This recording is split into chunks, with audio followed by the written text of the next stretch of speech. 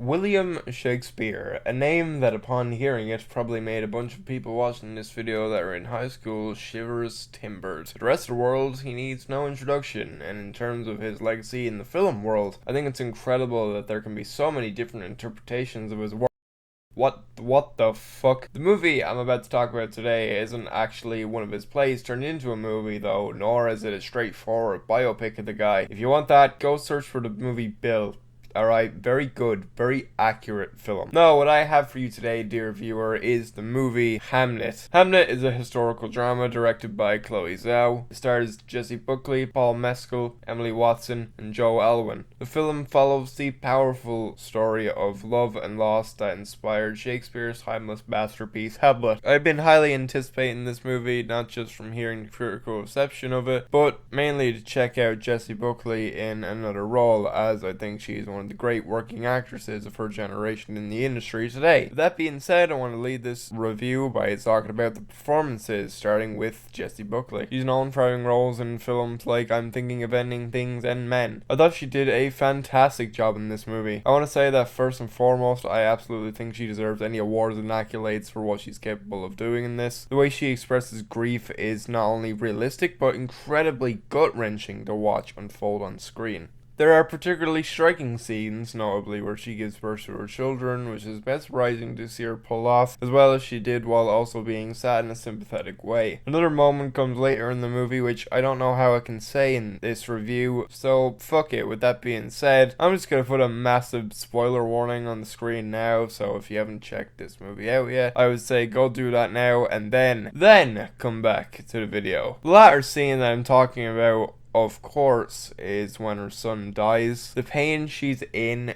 at this moment is painful to watch, not just in a cringe-inducing way by any means, but more so the fact that it just rips your heart out completely. Paul Mescal plays the role of William Shakespeare in this. He's known for roles in films like After Sun and Gladiator 2. I thought he was good for the material he was able to work with due to the Irish association I have with him. He tends to be hard to be taken seriously in my eyes, but I'll let that slide here. He does a good job at expressing his own level of grief, mainly a lot of times through anger, which he pulls off very realistically when it's needed. We get a sense that in times of pain he can be very closed off, even if it's not intentional for him to do so. Mescal handled any and all of the Shakespearean dialogue really well. It's hard not to be engaged whenever he starts delivering some notable monologue. Noah Jupe plays the role of Hamnet, the titular role, if you will. The only other notable credit the guy's name has at the moment is a movie called Peter Pan and Wendy, which is the live action Peter Pan remake Disney made. Did you see it? Of course you didn't. This kid will surely get many roles after the buzz of this movie though, because I thought he did a great job in this role, and it's not something I say lightly, as I usually detest child acting in many modern movies, as they never seem to be any good, but Jupe did such a good job here. He naturally is a child who dies, and I must say, for someone pretending to die, he did a great job at doing it. You can see every ounce of pain he could be feeling in that moment through his exaggerated screams and his convulsing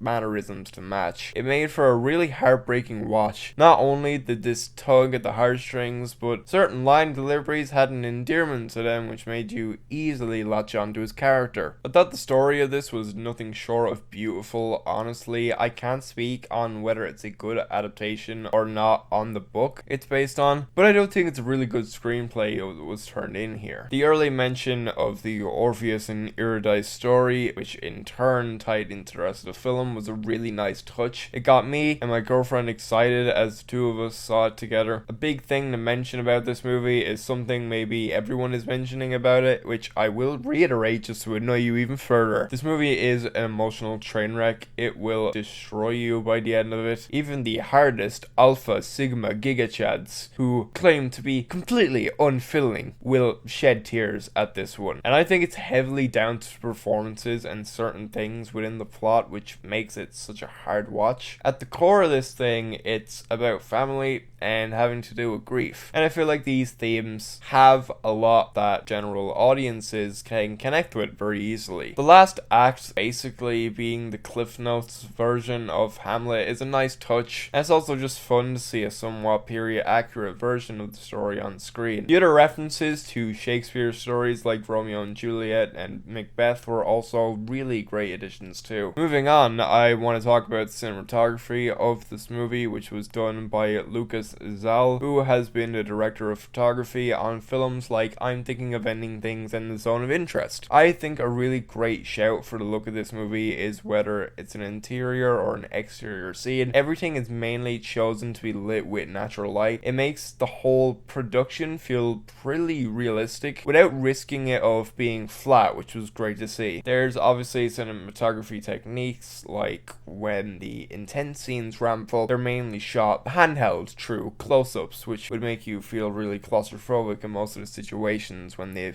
appear. There's great appreciation for nature through a lot of wide landscape shots, which is a common theme through Zhao's movies. Which brings me to my next point. I thought there was great detail put into the sound design of this, as all of the exterior shots made you feel like you were outside during these moments. Every living creature can be heard ever so faintly, and I thought it was a nice touch. Moving on from sound design, very smartly switching to the music in this. The music was composed by Max Richter, who's done music for films like Ad Astra and Spaceman, the movie where Adam Sandler befriends an alien voiced by Paul Dano, which also touches on grief. Not a perfect movie by any stretch, but still a decent watch for anyone who likes those two actors. I thought the music in this movie was great. It very heavily string and orchestral influenced. A lot of sweeping string instruments throughout most of the scenes, which provided songs that really added to a lot of emotional depth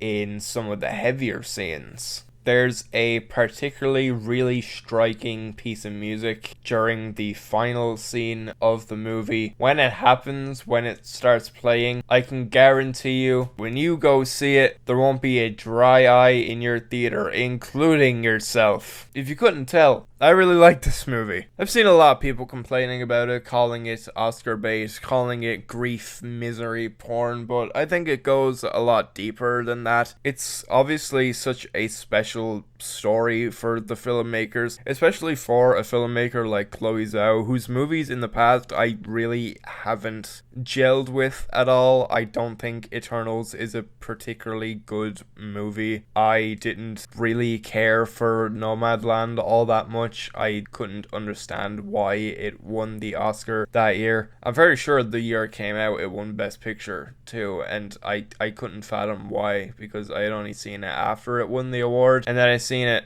and it was a big fucking bunch of nothing. So color me skeptical before going into this thing, how I was a little worried about how this was going to be handled. But it seems to be this might be the first movie where Zhao has found her footing. Whether she continues to make movies of this caliber, I'll be very surprised, but a story like this really worked for her, and it worked for me too, and it seems to work for everyone else in my audience. As the movie progressed, you could just hear everyone audibly sobbing at this thing. It really shouldn't be underestimated how this movie easily gets under your skin, under your emotions. It just reaches you in such a way that I've never seen have an effect on a theater audience in such a long time, and I think that's a really great thing to have witnessed and to have been a part of. And I'm a man here, and I'm not ashamed to admit that the movie got me as well. I wouldn't be commenting about all the people crying at the movie if I didn't mention that it made me sob a little bit as well.